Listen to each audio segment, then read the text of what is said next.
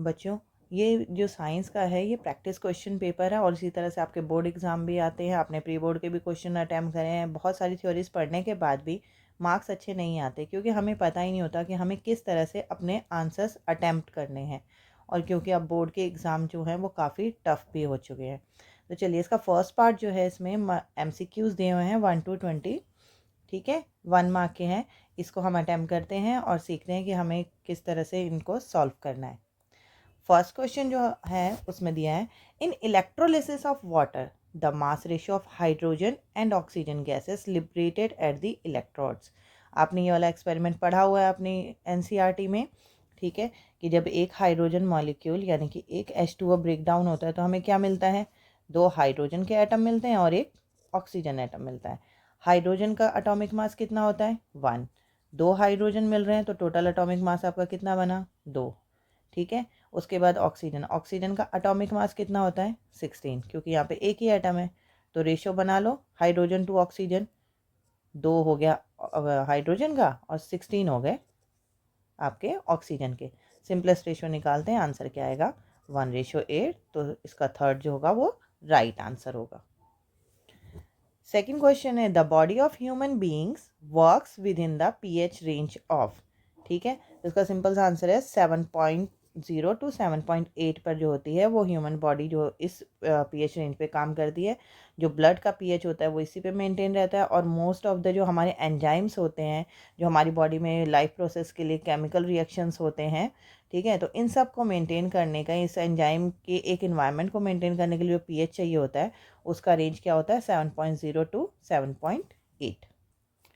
Question number third, the warning sign shown in the, इस तरह का वार्निंग साइन किस तरह के केमिकल्स पे बना होता है, केमिकल कंटेनर्स पे। ठीक है, सिंपल सा है, यहाँ पे दिख रहा है, यहाँ पे बर्निंग साइन वगैरह बन रहे हैं। तो हमें यहाँ पे किस किस चीज़ के हाइड्रोक्साइड दिखाए हैं, एल्युमिनियम हाइड्रोक्साइड। एल्युमिनियम हाइड्रोक्साइड वो एंटासिड होता है। ठीक है, ये हार्श तो होता है बट ये इतना ख़तरनाक नहीं होता और मोस्टली इसको मेडिकल वगैरह जो होता है, स्टमक पेन होता है, जब एसिडिटी ज़्यादा हो जाती है तो उसे रिड्यूस करने के लिए यूज़ किया जाता है। Same magnesia, milk of magnesia का भी एंटासिड वाले टैबलेट्स वगैरह बनाने में यूज़ किया जाता है। नेक्स्ट है कैल्शियम हाइड्रोक्साइड। ये आपने पढ़ा था, कैल्शियम हाइड्रोक्साइड जो है वाइट वॉशिंग में यूज़ किया जाता है। इससे भी मतलब होती है, बर्निंग्स होती है बट वो इतनी खतरनाक नहीं होती। तो सबसे खतरनाक और हजार्डियस जो है वो सोडियम हाइड्रोक्साइड है क्योंकि ये कम्प्लीटली ब्रेक डाउन होता है और इसका pH जो है वो काफ़ी ज़्यादा अल्कालाइन होता है जिससे कि सीवियर बर्निंग्स हो सकती हैं, आई परमानेंट डैमेज हो सकती हैं। तो इसका राइट आंसर जो जाएगा वो आपका सोडियम जाएगा। अब आता है क्वेश्चन नंबर 4। ठीक है, 2 metal zinc and tin are dissolve separately in definite proportion. Definite proportion में जो है इसको किस में डिजॉल्व किया जा रहा है, मोल्टन कॉपर में। ये आपने आपके NCERT में क्वेश्चन दिया हुआ है। ठीक है, ब्रॉन्ज और ब्रास का ऑप्शन भी क्लियरली दिया हुआ है। ब्रॉन्ज में क्या यूज़ किया जाता है, ब्रॉन्ज में है उसमें टिन यूज़ किया जाता है और ब्रास में जो है वो जिंक यूज़ किया जाता है। ठीक है, अब अगर हम ऑप्शन के अकॉर्डिंग देखें तो पहले हमें जिंक दिया हुआ है, फिर हमें टिन दिया हुआ है। तो कॉपर के साथ जिंक होगा तो क्या आएगा ऑप्शन हमारा, ब्रास। और कॉपर के साथ अगर टिन होगा तो ऑप्शन में क्या है, ब्रॉन्ज। तो आपका राइट जो ऑप्शन आएगा वो है ऑप्शन सी। तो इस तरह से इन्होंने बहुत घुमा फिरा के दिया है क्योंकि बच्चों को पता है जिंक और टिन, चलो ब्रॉन्ज और ब्रास एक तो नाम भी काफ़ी सिमिलर है तो कन्फ्यूजन भी ज़्यादा हो जाती है। तो आपको ऑप्शन के अकॉर्डिंग अपने सही राइट ऑप्शन जो आपको गिवन स्टेटमेंट है उसके अकॉर्डिंग ही अपना सही आंसर चूज़ करना है क्योंकि कई बार बच्चों को आते हुए भी जल्दी जल्दी में कन्फ्यूजन में वो गलत आंसर जो होते हैं वो चूज़ करके आ जाते हैं। Aluminium powder is used in thermite welding because. ठीक है, तो इसका राइट आंसर जो है वो है it's reaction with iron is highly exothermic. ठीक है, इतना ज़्यादा इसमें हीट इवॉल्व होता है जिसकी वजह से जो आयरन है वो मेटल मेल्ट हो जाता है और एल्युमिनियम हाइड्रोक्साइड उसके साथ बनता है। क्वेश्चन नंबर 6 में देखिए, हार्ट का अगर आपने डायग्राम और फंक्शनल की उसमें हार्ट में जो ब्लड होता है वो किस तरह से सर्कुलेट होता है अगर आपको पता होगा तभी आप इसमें से राइट ऑप्शन अपना चूज़ कर पाओगे। Select the correct option from the following statement about the function of human heart. ठीक है, तो right atrium receive deoxygenated blood from the different part of the blood and send it to pulmonary veins. ठीक है, right atrium जो है वो pulmonary veins में blood को नहीं सेंड। देखो, जब हम हार्ट का स्ट्रक्चर पढ़ते हैं तो हम क्या पढ़ते हैं, ठीक है, 4 चैम्बर होते हैं हार्ट में आपका। जो आपका लेफ्ट हैंड साइड वाला आता है यानी कि वाला, ये क्या होता है, हार्ट का राइट साइड आपकी शो करता है, और ये जो आपका राइट साइड वाला है ये लेफ्ट एट्रियम को, ठीक है, ये लेफ्ट एट्रियम है, ये आपका राइट एट्रियम है, ये आपका राइट वेंट्रिकल हो गया और ये आपका लेफ्ट वेंट्रिकल हो गया। अब वो कह रहा है right atrium receive deoxygenated blood from the, हाँ ठीक है, राइट एट्रियम में सारे डीऑक्सीनेटेड ब्लड आता है, और पल्मोनरी वीन्स जो होती है वो आपकी लेफ्ट एट्रियम में कनेक्टेड होती है, राइट में कनेक्टेड नहीं होती, तो ये ऑप्शन रॉन्ग हो गया। Left atrium send oxygenated blood to the right ventricle, ठीक है। अब ये लेफ्ट एट्रियम है, वो लेफ्ट वेंट्रिकल को सेंड करेगी कि राइट वेंट्रिकल को, लेफ्ट वेंट्रिकल को सेंड करेगी, तो ये भी ऑप्शन क्या हो गया हमारा, रॉन्ग हो गया। नेक्स्ट है right atrium receive deoxygenated blood from the body, right atrium जो है वो डीऑक्सीनेटेड ब्लड रिसीव कर रही है and send it to the right ventricle, ठीक है। राइट एट्रियम जो है वो राइट वेंट्रिकल को भेजेगा, और यहाँ से राइट वेंट्रिकल जो है वो ऑक्सीनेटेड के लिए भेजता है, ठीक है। तो ये आपने पढ़ा हुआ है, तो इसका राइट आंसर क्या होगा, right atrium to right ventricle, ये वाला ऑप्शन सही है। लेफ्ट आर्टियम receive oxygenated blood from the pulmonary arteries, ये वाला देखो, पल्मोनरी आर्टरीज नहीं लेके आती है ऑक्सीनेटेड ब्लड, कौन लेके आता है, पल्मोनरी वीन्स। आर्टरीज जो होती है वो डीऑक्सीनेटेड ब्लड लेके जाती है लंग्स तक, और जो पल्मोनरी वीन्स है वो ऑक्सीनेटेड ब्लड लेके आती है वापस। तो ये थोड़े से चेंजेस हैं जो आपको ध्यान देने होंगे। तो चलिए इसका राइट आंसर जो है वो आप ऑप्शन सी आएगा। नेक्स्ट आता है ऑब्जर्व द गिवन फिगर, ये दोनों दिए हुए हैं, मिमोसा प्लांट है, पता है टच मी नॉट भी कहते हैं। इनमें चेंजेस कैसे आते हैं, जो हमारे जैसे नर्वस सिस्टम है स्टिमुलीज के लिए, तो इसमें टच से जो स्टिमुली प्रोड्यूस होती है, और जो ये मूवमेंट शो करते हैं उसमें क्या होते हैं कि सारे लीव्स जो होते हैं क्लोज हो जाते हैं, और उसका रीज़न क्या होता है, change in the amount of water in cell. चलिए ये नेक्स्ट क्वेश्चन है, 1 cell thick blood vessels are known as, alveoli जो होता है वो हमारा क्या होता है, लंग्स में जो एयर सैक्स होते हैं जिसमें कि एयर एक्सचेंज होता है उसका काम करता है। आर्टरीज और वीन्स जो होते हैं वो आपने देख लिया, उनमें का थिकनेस होती हैं, आर्टरीज जो होती है वो वीन्स से भी ज़्यादा थिक होती हैं, ठीक है। और जो कैपिलरीज होती हैं, जो आर्टरी और वीन, इनके बीच में जो ब्लड वेसल्स होते हैं पतले पतले से, ठीक है, तो जो आपस में कनेक्ट करते हैं, इन दोनों में एक्सचेंज का काम करते हैं between the cell and the artery and veins, उन्हें क्या कहते हैं, कैपिलरी। और कैपिलरी क्या होती है, वन सेल थिक, ठीक है। तो आपका राइट आंसर क्या जाएगा, ऑप्शन बी। नेक्स्ट देखते हैं, which of the following is correct sequence of the part of female reproductive system of flowering plant. Flowering plant में फीमेल रिप्रोडक्टिव सिस्टम में क्या होता है, इस तरह से, ठीक है, ये आपने पढ़ा है, नीचे ऐसा स्वेलन सा बेस होता है, तो कहाँ से शुरू होता है, ये जो होता है आपका स्टिग्मा आ जाएगा, ठीक है। फिर ये जो ट्यूब सी चीज़ आती है इसे क्या बोलते हैं, स्टाइल बोलते हैं। नीचे जो आ गया आपका वो ओवरी पार्ट आ गया, और ओवरी के अंदर क्या होते हैं, ओव्यूल। तो इसका राइट ऑप्शन हम देख लेते हैं, stigma, style, ovary, ovule, D is the right answer. Question number 10, the number of chromosome in a cell division is half this kind of cell division. ये आपको याद रखना है, नंबर ऑफ क्रोमोसोम जो सेल डिवीजन होता है, यानी कि एक सेल जो होता है वो 2 सेल में डिवाइड होगा जब सेल डिवीजन होगी, ठीक है। तो हमारे क्रोमोसोम क्या होते हैं, उसमें हाफ हो जाते हैं। तो इस तरह के जो होते हैं वो सिर्फ रिप्रोडक्टिव सेल्स में पाए जाते हैं, और रेस्ट ऑफ द बॉडी में हाफ नहीं होता। इसमें क्या होता है कि क्रोमोसोम जो नंबर होते हैं वो मेंटेन रहते हैं। ह्यूमन में कितने होते हैं, 46 होते हैं, तो हर सेल में 46। तो ये रेस्ट ऑफ द बॉडी के लिए सिर्फ रिप्रोडक्टिव बॉडी में आपके जो नंबर ऑफ क्रोमोसोम्स होते हैं रिप्रोडक्टिव बॉडी सेल्स में वो 23 होते हैं। इसे रिडक्शनल डिवीजन भी कहा जाता है, और ये कहाँ पाया जाता है, only in ovary and testis, ठीक है। तो ये आपको याद रखना है, ovary and testis both. Question number 11, an electric bulb is connected to power supply 220 volt, ठीक है। पावर हमें कितना दिया है, 220 वोल्ट। हमेशा जो चीज़ दी है उसको साइड में लिख लो। If the current drawn by the bulb from the supply is, और करंट की वैल्यू कितनी है हमारी, 500 मिली एम्पेयर। मिली एम्पेयर को पहले एम्पेयर में कन्वर्ट करो, यानी 10⁻³ अप्लाई करना पड़ेगा आपको, यानी 1000 से इसको डिवाइड करो, 500 को 1000 से डिवाइड करोगे तो ये एम्पेयर में आ जाएगा सिंपल सी भाषा में, ठीक है। 0 से 0 हटा दो, क्या बच गया, 0.5 एम्पेयर का करंट इसमें से आ रहा है। पावर का फॉर्मूला क्या होता है, connected to the voltage and current, P is equal to V into I. दोनों को मल्टीप्लाई कर देते हैं, तो आप 220 को जब मल्टीप्लाई करोगे 0.5 से, 5 हटाओगे 10 आएगा, ठीक है, 0 से 0 कट गया।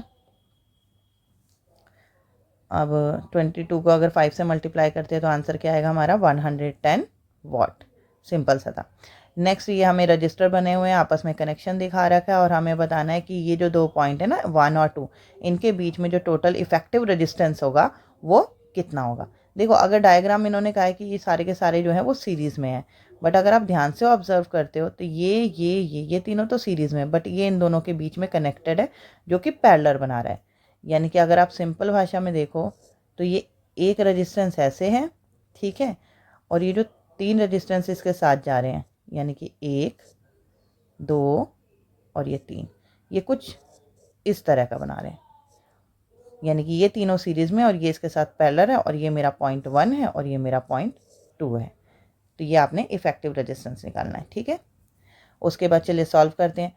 3 अगर ये सीरीज़ में है तो फॉर्मूला क्या होता है सीरीज़ में निकालने का, R1 + R2 + R3, यानी कि 12 + 12 + 12 कितने हो गए, 36 ओम हो गया, ठीक है। अब ये 36 ओम इस वाले 12 के साथ क्या है, पैरेलल में है। तो R पैरेलल आप कैसे निकालते हो, 1/36 + 1/12। सॉल्व कर लेते हैं इसे, कितना आएगा, एलसीएम ले लो, ये 36 आ गया, ये 1 आएगा और ये 3 पर, ठीक है, 4/36। सिंपल रेशो ले लेते हैं, 4 9 ज़ा 36, 1/9। तो अब 1/RP जो है आपका इज इक्वल टू 1/9, तो R किसके इक्वल होगा, 9 के। तो इफेक्टिव जो रेजिस्टेंस आएगा वो कितना आएगा आपका, 9 ओम। तो इसका सही आंसर क्या आएगा आपका, option C. Question number 13, the part of human eye which can modify the curvature of eye lens to some extent. मतलब कुछ हद तक वो जो कर्वेचर है आई लेंस का, उसको वो थोड़ा कम या ज़्यादा कर सकता है।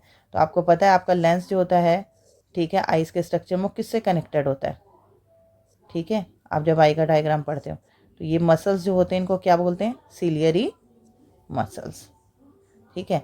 प्यूपिल जो होता है, प्यूपिल क्या कंट्रोल करता है कि भाई कितनी लाइट जो होती है आंखों के अंदर वो आएगी या जाएगी, ठीक है। कॉर्निया पार्ट जो होता है वो फ्रंट का पार्ट होता है, और एक्वस ह्यूमर वो आपने पढ़ा है, जो अंदर की जो लिक्विड पार्ट होता है आई का, उसे एक्वस ह्यूमर कहते हैं। क्वेश्चन नंबर 14, देखो absolute refractive index, refractive index भी आपने पढ़ा है लाइट वाले चैप्टर में, ठीक है। हमें क्या निकालना है, refractive index of Y with respect to x.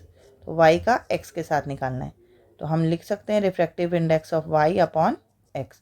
Y की वैल्यू इन्होंने कितनी दी है, वाई सेकेंड वाला है तो यानी 4/3, ठीक है, डिवाइडेड बाय एक्स कौन सा है, 6/5, तो यहाँ पे लिखेंगे 6/5। चलिए अब इसका निकाल लेते हैं, 4/3 इंटू 5/6, आपका ये कितना आ गया, 20/18। सिंपल रेशो निकालोगे तो 10/9। तो refractive index of Y with respect to X कितना आएगा आपका, 10/9, और राइट ऑप्शन कौन सा है, option A. Next question, question number 15 है, an object is placed at a distance of 30 centimetre from the Paul of a concave mirror. Concave mirror है, ठीक है, ये नॉन रिफ्रैक्टिंग साइड होगा, जो अंदर वाला होता है वो रिफ्रैक्टिंग साइड होता है। अब इसमें करना क्या, कॉनकेव मिरर में कह रहा है जो ऑब्जेक्ट है, ठीक है, और पोल, पोल ये होता है, तो यहाँ से यहाँ तक का डिस्टेंस जो है वो कितना दे रखा है उन्होंने, 30 सेंटीमीटर, कि भाई पोल से लेकर ऑब्जेक्ट का जो डिस्टेंस है वो 30 सेंटीमीटर, यानी कि जो u की वैल्यू आएगी वो कितनी आएगी, 30 सेंटीमीटर। नेक्स्ट जो दिया है उन्होंने कि if it's real and inverted image, real भी बन रहा है, इन्वर्टेड इमेज भी बन रहा है। इन्वर्टेड इमेज तभी बनता है, ठीक है, और जो is at the 60 centimetre in front of the mirror, mirror के फ्रंट में बन रहा है, बैक साइड पे नहीं बन रहा। तो ये जो बनेगा आपका रियल और इन्वर्टेड इस तरह से 60 का बनेगा, ठीक है, यानी कि यहाँ से यहाँ तक की जो डिस्टेंस होगी वो कितनी होगी, 60 सेंटीमीटर। अब हमें ये देखना है कि लाइट जब इस डायरेक्शन में आ रही है, लाइट किस डायरेक्शन में आ रही है आपकी, इस डायरेक्शन में, तो हम ऑब्जेक्ट का डिस्टेंस भी उसी के अकॉर्डिंग पॉजिटिव या नेगेटिव लेते हैं, ठीक है। और डिस्टेंस हम कहाँ से चूज़ करते हैं, पोल से ऑब्जेक्ट की, पोल से इमेज की। तो पोल से ऑब्जेक्ट की जो आएगी हमारा डिस्टेंस जो आ रहा है वो क्या आएगा, नेगेटिव आएगा, क्योंकि लाइट की डायरेक्शन इस तरफ है, राइट साइड है, और जो हमारे ऑब्जेक्ट की जो डायरेक्शन आएगी वो तो हमेशा ही नेगेटिव आती है, तो आप क्या लोगे, -30। तो यू हमारा कितना आ जाएगा, -30। सेम जो हमारा v है, यानी कि जो इमेज की डिस्टेंस है from the pole of the mirror, ठीक है, वो कितनी है हमारी, -60। ये भी माइनस आएगा, रीज़न क्या है, क्योंकि लाइट की डायरेक्शन इधर है तो इसके ऑपोजिट डायरेक्शन में आ रहा है, तो हम नेगेटिव लेंगे। मिरर फॉर्मूला क्या होता है, 1/f is equal to 1/v plus 1/u। दोनों की वैल्यू आप डाल लो और कैलकुलेट कर दो। 1/v माइनस 1/60 प्लस -1/30, दोनों नेगेटिव है, पॉजिटिव हो जाएंगे आपस में, एलसीएम लेंगे हम, सॉल्व करते हैं। -30 ये आ जाएगा -60, ये 1800 कर लो, ये आपका आ गया -90/1800, कैंसिल आउट कर दो, 9 2 ज़ा 18, क्या आ गया आपका -1/20। ठीक है, तो 1/f की वैल्यू अगर -1/20 तो f की वैल्यू कितनी आएगी, ऑब्वियस है जो आपका फोकल लेंथ आएगा वो भी क्या आएगा, पोल से अगर यहाँ पे आपका फोकल लेंथ है तो उसकी भी डायरेक्शन आप क्या ले रहे हो, opposite to the direction of light, तो फोकल लेंथ आपका नेगेटिव आएगा, और 20 वाला कौन सा ऑप्शन है आपका, option B. Question number 16, identify from the following a group containing all non biodegradable. ठीक है, नॉन बायोडिग्रेडेबल कौन से होते हैं, जो कि अपने आप एनवायरनमेंट में ख़त्म नहीं होते। ठीक है, अगर उन पे कोई भी बैक्टीरियाज वगैरह, स्कैवेंजर, मतलब किसी भी तरह से जो इन्वायरमेंट में है वो बहुत लॉन्ग टाइम लेते हैं अपने आप ख़त्म होने में, तो हमें नॉन बायोडिग्रेडेबल ढूंढना है। Leather, glass, plastic. ठीक है, प्लास्टिक जो है वो नॉन बायोडिग्रेडेबल है, ग्लास जो है वो नॉन बायोडिग्रेडेबल है, बट लेदर जो है वो बायोडिग्रेडेबल है, ये ख़राब होता है। कॉटन, वूल, नायलॉन, तो कॉटन जो है वो बायोडिग्रेडेबल है। ठीक है, DDT, polyester and glass. DDT, polyester और ग्लास जो आएगा ये आपका वही ग्रुप आएगा जो कि सारे के सारे क्या हैं, नॉन बायोडिग्रेडेबल। लेदर, सिल्क और वूल, इसमें एक जो सिल्क आ गया आपका वो भी बायोडिग्रेडेबल है, लेदर भी बायोडिग्रेडेबल है, तो आपका जो राइट ऑप्शन जाएगा वो जाएगा ऑप्शन सी। अब यहाँ पर ये आता है असर्शन और रीज़न वाले क्वेश्चन। ठीक है, रिमेनिंग 4 क्वेश्चन आएगा। असर्शन और रीज़न जो है वो दोनों सही हैं तो हम ट्रू देंगे, और अगर उसका राइट ऑप्शन जो एक्सप्लेनेशन होता है उस क्वेश्चन का वो दे रहा है तो हम ऑप्शन ए चूज़ करेंगे। लेकिन अगर असर्शन और रीज़न दोनों ही ट्रू हैं बट उसके करेक्ट एक्सप्लेनेशन नहीं दे रहा है तो हम ऑप्शन बी चूज़ करेंगे। और सी भी क्या आता है कि भाई एक असर्शन सही है, रीज़न फॉल्स है, और ये डी ऑप्शन आएगा कि असर्शन फॉल्स है और रीज़न ट्रू है। इसको अपने दिमाग में रख लेना और प्रैक्टिस कर लेनी है। फर्स्ट 17 का जो असर्शन दिया उन्होंने, ductility is that property of metal which enable copper to be use in making cooking utensils. Cooking utensils बनाने के लिए क्या होना चाहिए, उसे जो टेम्परेचर वगैरह होता है, हाई टेम्परेचर पे भी मेटल जो है वो फूड वगैरह के साथ रिएक्ट ना करे। ठीक है, बट डक्टिलिटी क्या प्रॉपर्टी होती है, डक्टिलिटी प्रॉपर्टी होती है कि किसी भी मेटल को एक थिन पतले वायर में हम चेंज कर सकते हैं। ठीक है, तो ये जो है सबसे पहले तो असर्शन आपका क्या आ गया, रॉन्ग आ गया। ठीक है, तो ये सी और डी के ऑप्शन में चला जाता है, या तो ऑप्शन सी होगा D. Copper is a metal which is ductile as well as malleable. ठीक है, कि इसे हम चपटा भी कर सकते हैं, मेलिएबल मतलब पतला, आप इतना चपटा कर सकते हो शीट की तरह, और दूसरा डक्टाइल की से खींच के तार बनाई जा सकती है। तो हाँ, रीज़न सही है और ए जो गलत है, तो इसका क्या आप राइट ऑप्शन चूज करोगे, option D. Assertion is false and reason is true, so right answer is option D. आपको बहुत अच्छे से और सोच समझ के आंसर लगाने हैं आपके, वरना 4 मार्क्स आते हुए भी 0 हो जाएंगे। A mango seed will germinate to form a mango tree. बिल्कुल सही, कि मैंगो का पौधा, मैंगो इंसान के अगर है, इंसान है तो इंसान किसको इंसान जो है ह्यूमंस है, ह्यूमंस किसको वो ह्यूमन से क्या बनेंगे, ह्यूमंस ही बनेंगे। ठीक है, नेक्स्ट है heredity determine the process by which trait and characteristics are reliably inherited from parents to offspring. तो रीज़न भी आपका सही है कि हमारी हेरिडिटी जो हमारे डीएनए होते हैं, ठीक है। इनमें पहले ही कोडिंग होती है कि भाई जो इंसान के बच्चे हैं वो आगे जाके इंसान ही बनेंगे, जो एनिमल्स है वो एनिमल्स ही बनाएंगे, प्लांट जो है वो प्लांट्स ही बनाएंगे, और ये सारी कोडिंग जो होती है वो हमारे किस में होती है, डीएनए में होती है। और डीएनए के ही इस ट्रेट को ट्रांसफ़र करने को from parents to the offspring क्या कहते हैं, हेरिडिटी कहते हैं। तो ये असर्शन और रीज़न दोनों सही हैं, तो आपका राइट ऑप्शन जो आप चूज़ करोगे वो क्या होगा, ऑप्शन ए। नेक्स्ट है the bending of wire in the form of coil of several turn does not affect it's electrical resistance. ठीक है, कह रहा है एक वायर है उसको आप जितना भी घुमा घुमा के टर्न कर दो तो उसका जो रजिस्टेंस होता है उस पर कोई भी इफेक्ट नहीं पड़ता। ठीक है, तो सबसे पहले R इज इक्वल टू क्या होता है, रॉ L/A। तो R का इफेक्ट क्या पड़ रहा है नंबर ऑफ टर्न्स पर, नहीं, उसकी लेंथ पर पड़ रहा है, उसके एरिया पे पड़ रहा है, उसकी रजिस्टिविटी पे पड़ रहा है। तो इसका कुछ भी लेना देना नंबर ऑफ टर्न से नहीं है, क्योंकि लेंथ तो अगर आप तार को गोल गोल घुमा दोगे तो क्या उसकी लेंथ कम या ज़्यादा तो होगी नहीं, लेंथ तो उतनी ही रहेगी। ठीक है, तो इसका कोई इफेक्ट नहीं होता, तो ये असर्शन सही है। The electrical resistance of a wire is directly proportional to its electrical resistivity. ठीक है, तो इसे इलेक्ट्रिकल रजिस्टिविटी कहते हैं, डायरेक्टली प्रोपोर्शनल मतलब इसकी वैल्यू बढ़ेगी तो इसकी भी वैल्यू बढ़ेगी, बिल्कुल सही। ठीक है, और अगर एरिया देखो डायरेक्टली प्रोपोर्शनल यानी कि जो वैल्यू जो इसके सीधे सीधे आ रही है, ठीक है, मल्टीप्लिकेशन में, और जो इसको डिवाइड कर रही है, जो डिवाइड कर रही है उसे हम इन्वर्सली प्रोपोर्शनल कहते हैं। तो यहाँ पे आपकी रजिस्टिविटी और लेंथ, ठीक है, ये डायरेक्टली प्रोपोर्शनल है, यानी कि अगर इनकी वैल्यूज़ बढ़ती हैं, मल्टीप्लाई होती हैं, तो रजिस्टेंस भी उसी वैल्यू से मल्टीप्लाई होगा या बढ़ेगा। और अगर हम एरिया की बात करें तो ये क्या इन्वर्सली प्रोपोर्शनल, ये टोटल वैल्यू को ये डिवाइड कर रहा है, और किसी भी चीज़ को आप डिवाइड करोगे तो वो कम होगी ना, बढ़ेगी तो नहीं। तो जब ये कम होगी तो हम क्या कहेंगे, इन्वर्सली प्रोपोर्शनल। तो एरिया, लेंथ, ये अगर आप ध्यान से देखो, ठीक है, तो इस चीज़ को आपको समझना पड़ेगा। तो रजिस्टिविटी जो है वो डायरेक्टली प्रोपोर्शनल है, तो ये बात सही है, लेकिन ये इस चीज़ की एक्सप्लेनेशन नहीं है।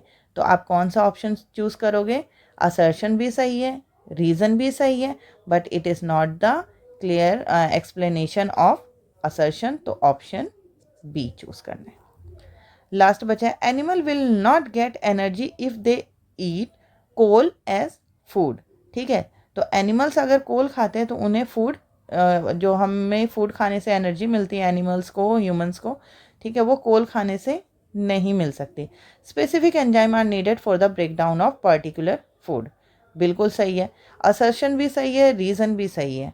ठीक है, और असर्शन का जो करेक्ट एक्सप्लेनेशन है वो रीज़न भी आपका बिल्कुल सही दिया हुआ है, तो इसका राइट आंसर होगा ऑप्शन ए, क्योंकि जो एंजाइम हमें ब्रेक डाउन करने के लिए चाहिए होते हैं, ठीक है, तो कोल जो होता है एक सोर्स ऑफ एनर्जी तो है, बट इसे ब्रेक डाउन हमारी बॉडी नहीं कर सकती, उसमें से एनर्जी को इवॉल्व नहीं कर सकती जिससे सेल जो है अपने फर्दर ग्रोथ के लिए यूज़ करे।